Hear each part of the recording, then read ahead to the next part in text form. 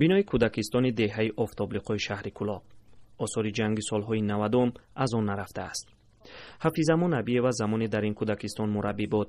تا سالهای 90 و زمان آغاز جنگ شهروندی ده ها کودک را در اینجا تربیت کرده است.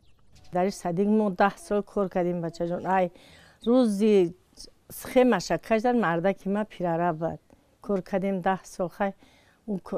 اوچی کار کردیم خی.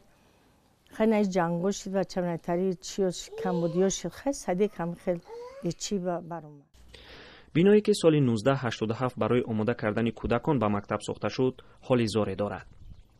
میدانچه بازی نشانی از کودکستان بودن اینجاست.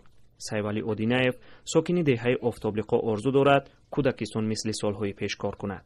این سوم دولت رفته گیای.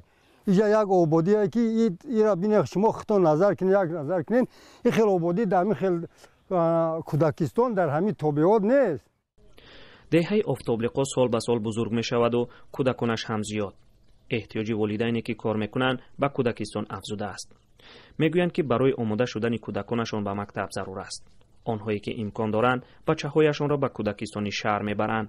کودکان دیگر روزشان را با شینه و خاک بازی شام میکنند. کودکان در کجا در قد کوچه در بالای خاک در هر جا در هر یک انا چی بازی کردن هم خاکلوتا گشتگیان ایتاری باغچه هم نمیدونن تصور هم ندارن که ایتاری باغچه وجود داشت. دهه آفتابلیقا 5 کیلومتر دورتر از مرکز کلاب است. مقامات در یک واخوری به پرزیدنت وعده داده بودند که تعداد کودکستان‌ها را زیاد و از جمله این مؤسسه را تعمیر و بازسازی میکنند. در تاجیکستان اکثر روستاها مثل آفتابلیقا کودکستان ندارند.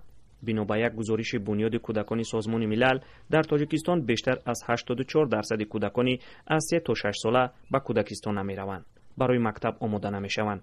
حکومت گفته است که سعی میکند تا سال 2025 30% کودکان را در کودکستان ها تربیت دهند. وعده ای که ساکنان آفتابلیقا چندان به آن باور ندارند.